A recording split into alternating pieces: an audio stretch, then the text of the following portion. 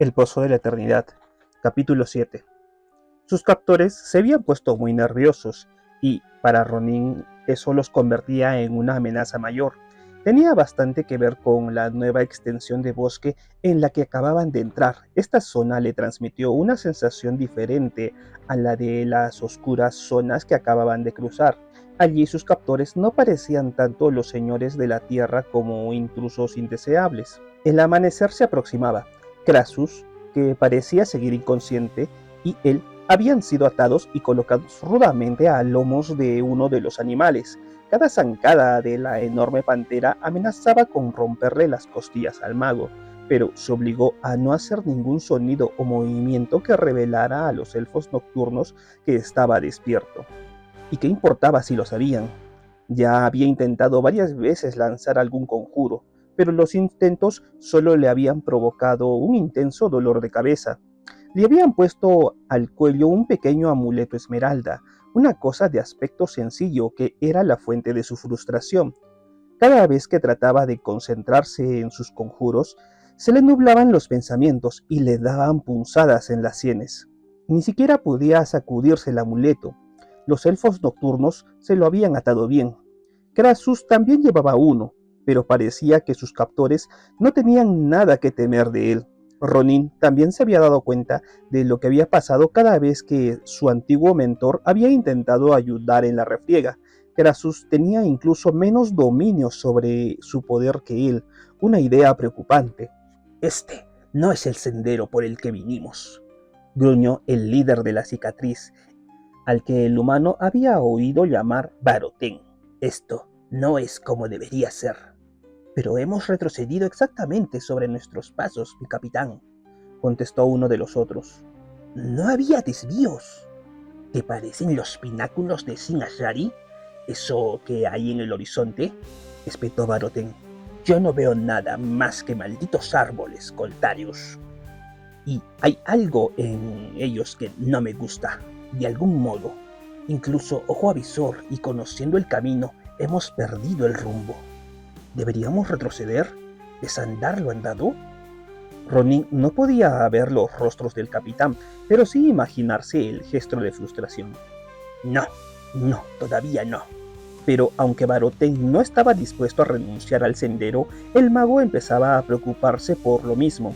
Con cada paso que se adentraban en el denso y alto bosque, sentía una creciente presencia, una presencia como Ronin nunca había experimentado antes. En cierto sentido, le recordaba a cómo sentía a Krasus cada vez que el mago dragón contactaba con él, pero esta era más, mucho más. ¿Pero qué? El sol casi ha salido, murmuró uno de los soldados. Por lo que Ronin sabía hasta ahora, aunque sus captores podían soportar la luz del día, no les gustaba. En cierto sentido, los debilitaba. Eran criaturas mágicas, aunque individualmente no poseyeran mucha, pero su magia estaba vinculada a la noche. Si lograba librarse del amuleto con el sol fuera, Ronin creía que las posibilidades volverían a estar a su favor. Asegurándose de que nadie lo estuviera mirando, sacudió la cabeza subrepticiamente. El amuleto se balanceó adelante y atrás, pero no se le resbaló. Por fin intentó levantar la cabeza bruscamente, con la esperanza de que aquello descolgara la medalla. Se arriesgaba a que sus captores se dieran cuenta, pero era un riesgo que tenía que correr. En la penumbra de los momentos previos al amanecer, un rostro lo miró fijamente desde el follaje. No, el rostro era parte del follaje. Las hojas y ramitas formaban los rasgos. Incluía una barba hirsuta, los ojos eran bayas y un hueco entre el verdor representaba lo que parecía una boca burlona. Se desvaneció entre los arbustos tan rápido como había aparecido, haciendo que Ronin se preguntara si no se lo habría imaginado. Un truco de la creciente luz, imposible, no con tanto detalle. Y sin embargo, el roce de un arma al ser desenvainada atrajo su atención. Uno a uno los elfos nocturnos se fueron preparando para una batalla que no comprendían, pero que sabían que era inminente. Incluso los feroces felinos presagiaron problemas. ya que no solo apretaron su ya de por sí rápido paso, sino que arquearon el lomo y enseñaron sus brutales dientes. De repente, Baroten señaló a la derecha. por ahí, rápido! En ese momento el bosque estalló de vida. Enormes ramas cubiertas de follaje descendieron, tapando el rostro de los jinetes. Los arbustos saltaron al frente, convertidos en bajitas y ágiles figuras con silenciosos y sonrientes rostros verdes. El suelo del bosque pareció enredar las zarzas de las panteras, derribando a más de un jinete. Los elfos nocturnos se gritaban tratando de organizarse, pero lo único que conseguían era aumentar el caos. Un grave gemido resonó en toda la zona. Ronin solo pudo verlo de soslayo, pero estaba seguro de haber visto un árbol enorme doblarse y derribar a los elfos nocturnos de sus monturas con su densa copa. El bosque se llenó de maldiciones mientras Baroten intentaba recuperar el control de su tropa. Los elfos que permanecían montados estaban embarullados, intentando no solo atacar a las cosas que correteaban a su alrededor, sino también mantener bajo control a sus excitadas panteras. A pesar de su tamaño, a los enormes felinos claramente les desagradaba aquello a lo que se estaban enfrentando, y a menudo retrocedían a pesar de que sus jinetes los apremiaban a avanzar. Baroten gritó algo y repentinamente unos tentáculos de radiante energía violeta salieron despedidos contra varios puntos del bosque. Uno golpeó a un duende arbusto que se aproximaba, convirtiendo al instante a la criatura en una hoguera. Pero a pesar de la muerte aparentemente horrible, el ser siguió avanzando sin detenerse, dejando un rastro de llamas a su paso. Casi de inmediato el viento, que antes había sido prácticamente inexistente, aulló y rugió, como encolerizado por el ataque. Sopló con tanta fuerza que levantó gran cantidad de tierra, ramas rotas y hojas sueltas, llevando el aire y obstruyendo aún más la vista de los elfos nocturnos. Las llamas se apagaron y su prendida víctima ignoró el rescate tanto como había ignorado el peligro anterior.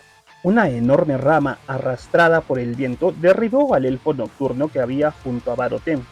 ¡Reagrupaos!, gritó el capitán de la cicatriz. ¡Reagrupaos y retirada! ¡Aprisa! ¡Malditos seáis! Una mano de hojas tapó la boca de Ronin. Volvió a encontrarse mirando al mismo extraño rostro. Tras él sintió que otras manos lo cogían de las piernas. Con un empujón poco ceremonioso tiraron al mago. La pantera se dio cuenta y rugió. Más de las pequeñas criaturas arbusto cayeron sobre la bestia, hostigándola, mientras el mundo daba vueltas a su alrededor. Ronin alcanzó a ver a Baroten, dándose la vuelta a ver qué pasaba. El mal encarado elfo maldijo al darse cuenta de que le estaban robando los prisioneros, pero antes de que pudiera siquiera levantar una mano para impedirlo, cayeron más ramas, enredando los brazos y la cabeza del capitán y cegándolo. Las criaturas arbusto cogieron a Ronin antes de que pudiera dar de cabeza en el suelo. En silencio y eficientemente lo levantaron como un ariete y se lo llevaron al interior del denso bosque. Ronin tuvo la esperanza de que también hubieran rescatado a Krasus, ya que solamente podía ver la silueta de las hojas que daban delante de él. A pesar de su tamaño, sus acompañantes eran a todas luces bastante fuertes. Entonces, para su desánimo, un elfo solitario a lomos de una pantera que estaba enseñando los dientes les cortó el paso. El mago lo reconoció como el tal Coltarius. Tenía una mirada de desesperación en los ojos, como si la huida de Ronin significara lo peor para él. Y por lo que Ronin había visto del capitán, de eso no había duda. Sin desperdiciar palabras, el elfo nocturno lanzó su bestia adelante. Los elfos que Ronin conocía, especialmente su amada Bereza, eran seres que profesaban el más absoluto respeto a la naturaleza, pero a la gente de Coltarius no parecía importarles un pimiento. Cortó con la espada ramas y arbustos que se interponían. Poseído de una furia desatada, nada le impediría alcanzar a su presa. O eso pensaba. Enormes pájaros negros cayeron desde las copas de los árboles, rodeando y hostigando despiadadamente al elfo nocturno. Coltarius lanzó tajos a diestra y siniestra, pero no llegó ni a cortar una pluma de sus alados atacantes. Tan absorto estaba el elfo nocturno en este último ataque que no percibió otro peligro que se alzaba de la tierra. Los árboles entre los que quería pasar se levantaron más de medio metro, como si estuvieran estirando las raíces. La montura de Coltarius, casi enloquecida por los ataques, no prestó suficiente atención a su rumbo. El habitualmente ágil felino primero trastabilló y luego tropezó. A medida que sus zarpas se enredaban más y más, emitió un gemido de dolor al salir despedido hacia un lado. Su jinete trató de no caerse, pero eso solo sirvió para empeorar la situación. La enorme pantera se retorció, dejando a Coltarius entre ella y los enormes troncos de árbol. Atrapado, el elfo nocturno quedó aplastado. Su armadura se arrugó como el papel por la tremenda fuerza del impacto. Su felino no quedó mucho mejor, ya que el choque se vio acompañado de un terrible crujido de su cuello. Los vegetales acompañantes de Ronin siguieron avanzando como si no hubiera pasado nada. El mago siguió oyendo la lucha de sus antiguos captores durante unos minutos más, pero de repente los sonidos cesaron, como si Baroten hubiera finalmente conducido a los asediados cazadores a la huida. Las pequeñas criaturas seguían y seguían. Percibió un movimiento a su derecha y vislumbró lo que parecía ser la forma inerte del mago dragón transportada de la misma manera que él. Por primera vez, Ronin empezó a temer lo que sus rescatadores pretendieran hacer con el par. Habían sido arrancados de manos de los elfos nocturnos para enfrentarse a algún destino terrible. Los duendes del bosque fueron bajando el paso, hasta detenerse finalmente al borde de una zona de terreno abierto. A pesar de la imposibilidad del ángulo, los primeros rayos del sol ya iluminaban el claro. Pequeños y delicados pájaros cantarines trinaban felices.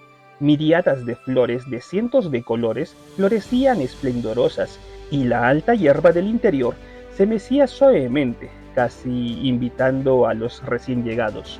De nuevo, un rostro de hojas llenó el campo visual.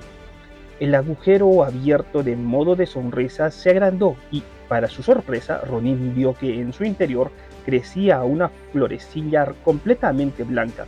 Emitió una nubecilla de polen, salpicando la nariz y la boca del humano. Ronin tosió. La cabeza le daba vueltas. Sintió que las criaturas volvían a moverse, llevándolo en dirección a la luz del sol. Pero antes de que ningún rayo pudiera tocar su rostro, el mago perdió el sentido.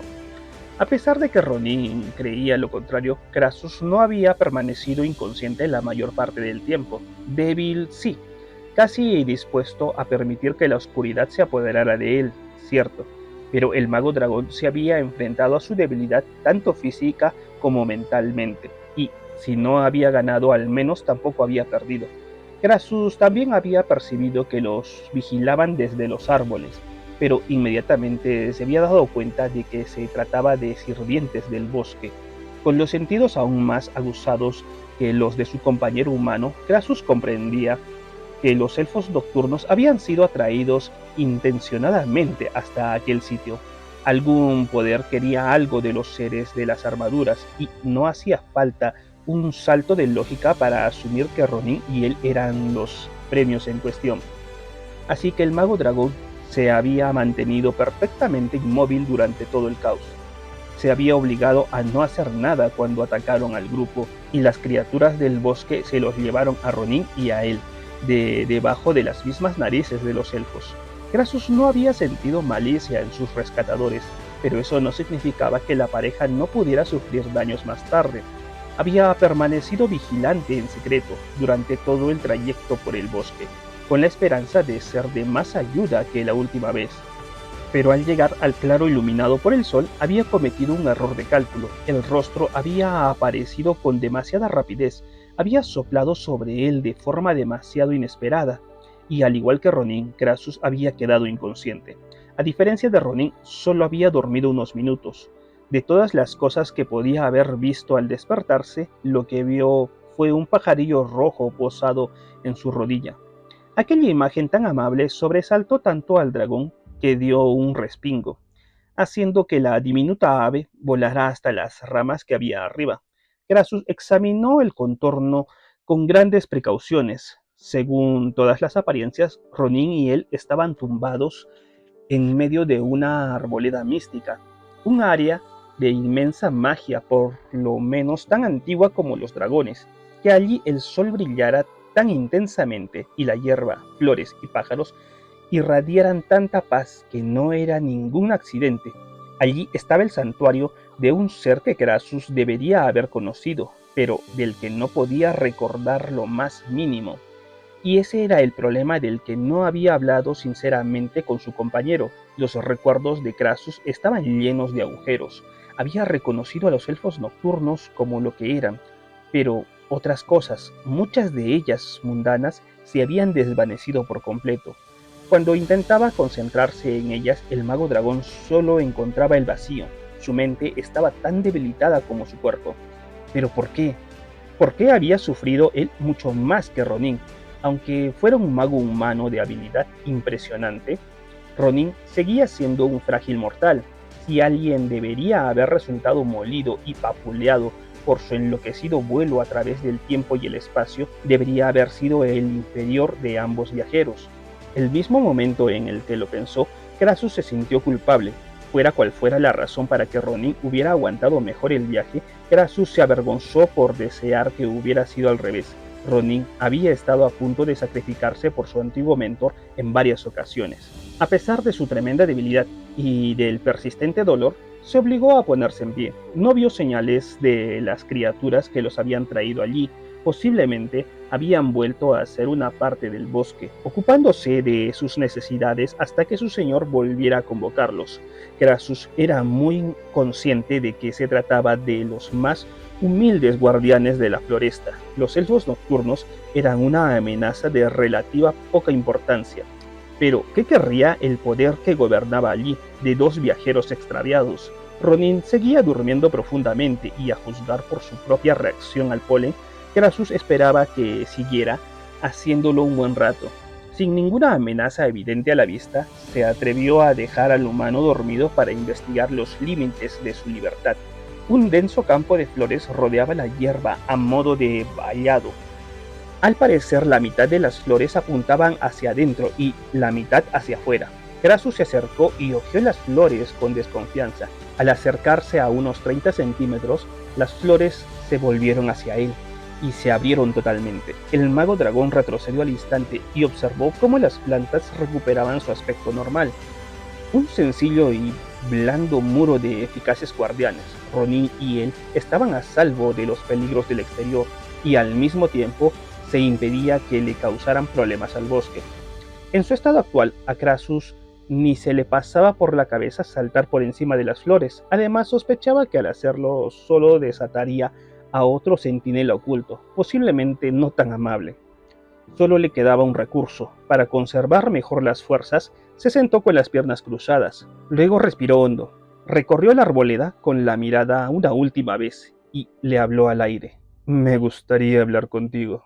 El viento recogió sus palabras y se las llevó al interior del bosque, donde resonaron una y otra vez. Los pájaros se quedaron en silencio. La hierba dejó de mecerse. Entonces volvió el viento y la respuesta con él. Y hablaremos. Crassus esperó. Oyó el débil repicar de cascos en la distancia, como si algún animal se hubiera cruzado por allí en ese momento importante.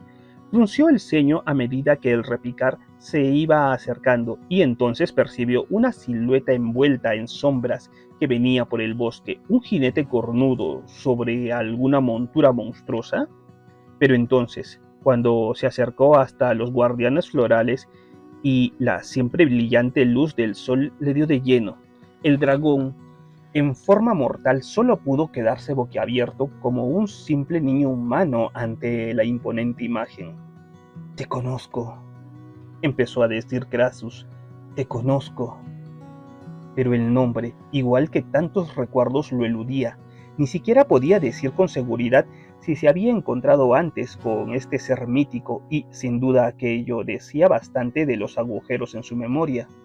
Y yo sé algo de ti, dijo la altísima figura, que tenía el torso parecido al de un elfo nocturno y la parte inferior como la de un ciervo. Pero no tanto como me gustaría. El señor del bosque cruzó sobre sus cuatro fuertes patas la barrera de flores.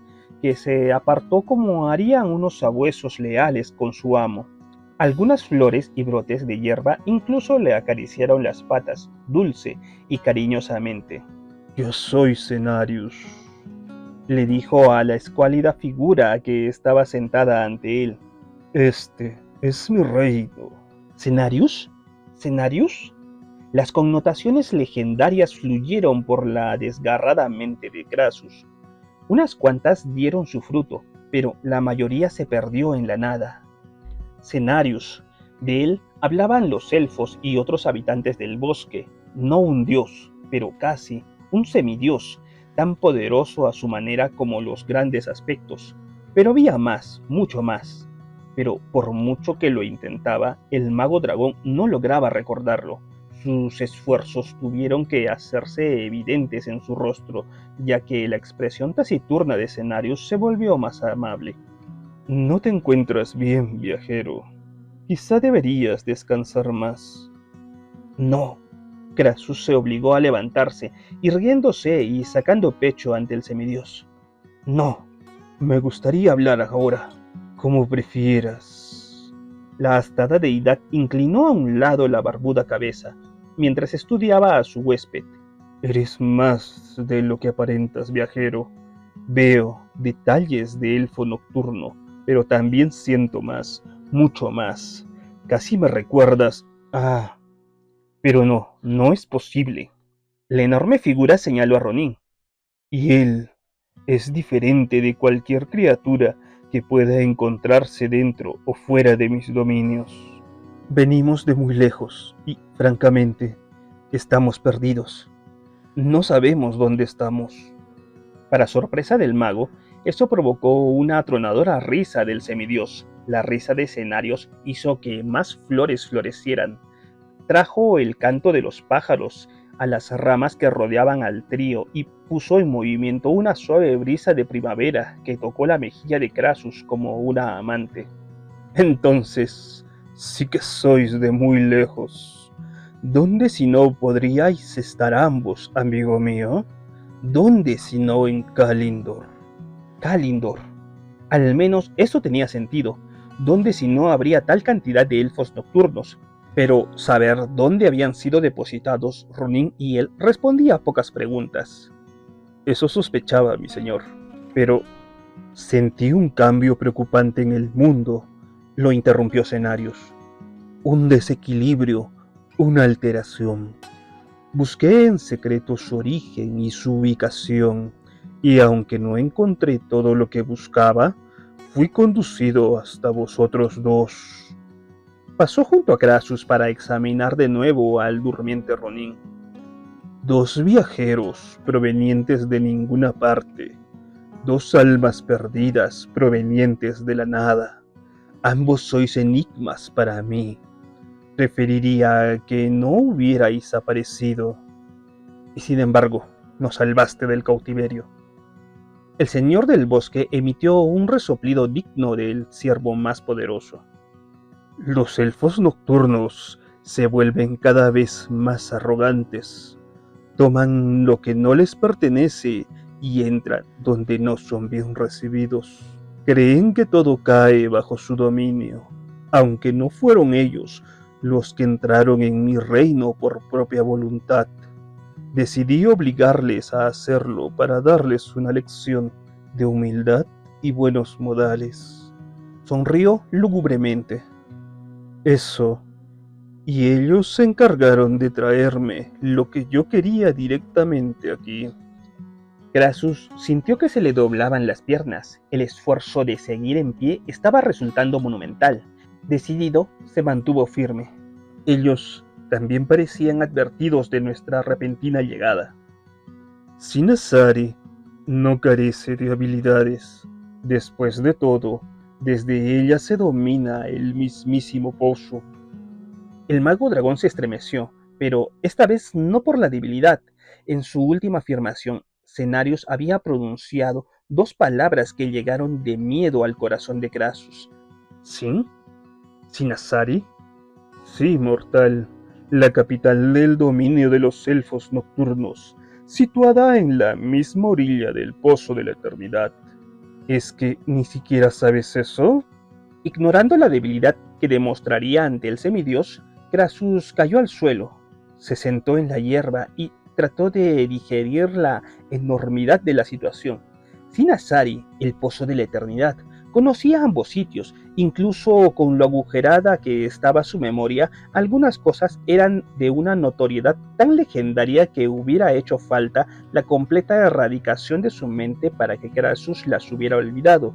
Sinasari y el Pozo de la Eternidad. La primera, el centro de un imperio de magia, un imperio gobernado por los elfos nocturnos. Qué tonto por su parte no haberse dado cuenta de eso durante su captura. Sinasari había sido el centro del mundo durante varios siglos. Lo segundo, el pozo, era un lugar de pura magia, un depósito ilimitado de energía del que los magos y hechiceros hablarían con temor reverencial a lo largo de las edades. Había sido el corazón del poder mágico de los elfos nocturnos, lo que les permitía ejecutar conjuros que incluso los dragones habían aprendido a respetar. Pero ambos eran cosas del pasado remoto. Ni Sinasari ni el maravilloso y siniestro pozo existían ya. Hacía mucho que se habían desvanecido en la catástrofe que... Y ahí, la mente de Krasus volvió a fallarle. Había pasado algo horrible que los habían destruido a los dos, había destrozado el mundo, y a pesar de todo su empeño no lograba recordar qué. Aún no te has recuperado, dijo Cenarius con preocupación. Debería haberte dejado descansar. El mago respondió mientras todavía intentaba recordar. Estaré bien para cuando mi amigo se despierte. Nos iremos tan pronto como podamos, y no molestaremos más. La deidad frunció el ceño. No pareces entenderlo, pequeño ser. A la vez, eres mi huésped y un misterio, y mientras sigas siendo lo último, seguirás siendo lo primero. Cenarius se dio la vuelta y se encaminó hacia las flores. Creo que necesitáis sustento.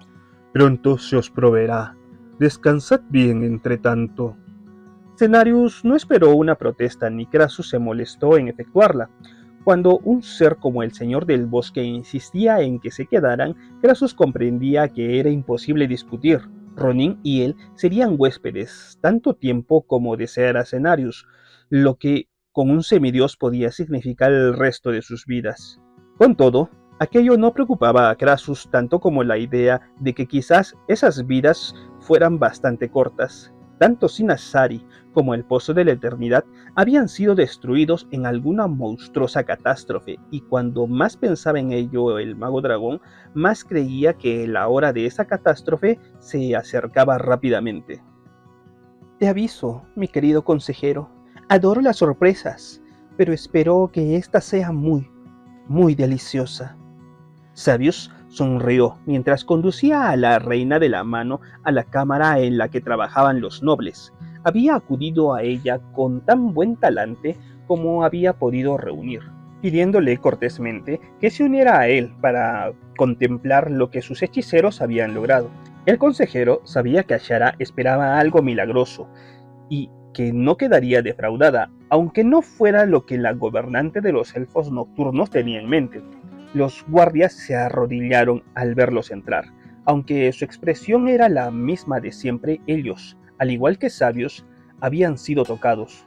Todos los que habían ahora en la cámara lo entendían, excepto a Sara, y a ella solo le quedaba un momento para la revelación. Ojeó el torbellino arremolinado que había en el interior del círculo. No parece diferente, dijo con un tono de desengaño. Hay que verlo de cerca. Luz de 1.000.000 de lunas. Entonces comprenderás lo que hemos logrado. Ashara frunció el ceño. Había acudido sin sus damas de compañía y quizás ahora lamentaba esa decisión. A pesar de todo, Ashara era la reina y le correspondía demostrar que, aún sola, estaba al mando en todo momento. Con gráciles zancadas, Ashara fue hasta el mismo borde del círculo. Primero observó el trabajo de los nobles que estaban obrando en el ritual, y luego se dignó a posar la mirada en la bola de fuego del interior. Me parece que no ha cambiado, queridos sabios. Esperaba más de... Dejó escapar un jadeo y, aunque el consejero no podía ver su expresión por completo, distinguió lo suficiente para saber que Ashara ahora lo entendía. Y la voz que él había oído antes, la voz de su Dios, habló para que todos la oyeran. Ya voy.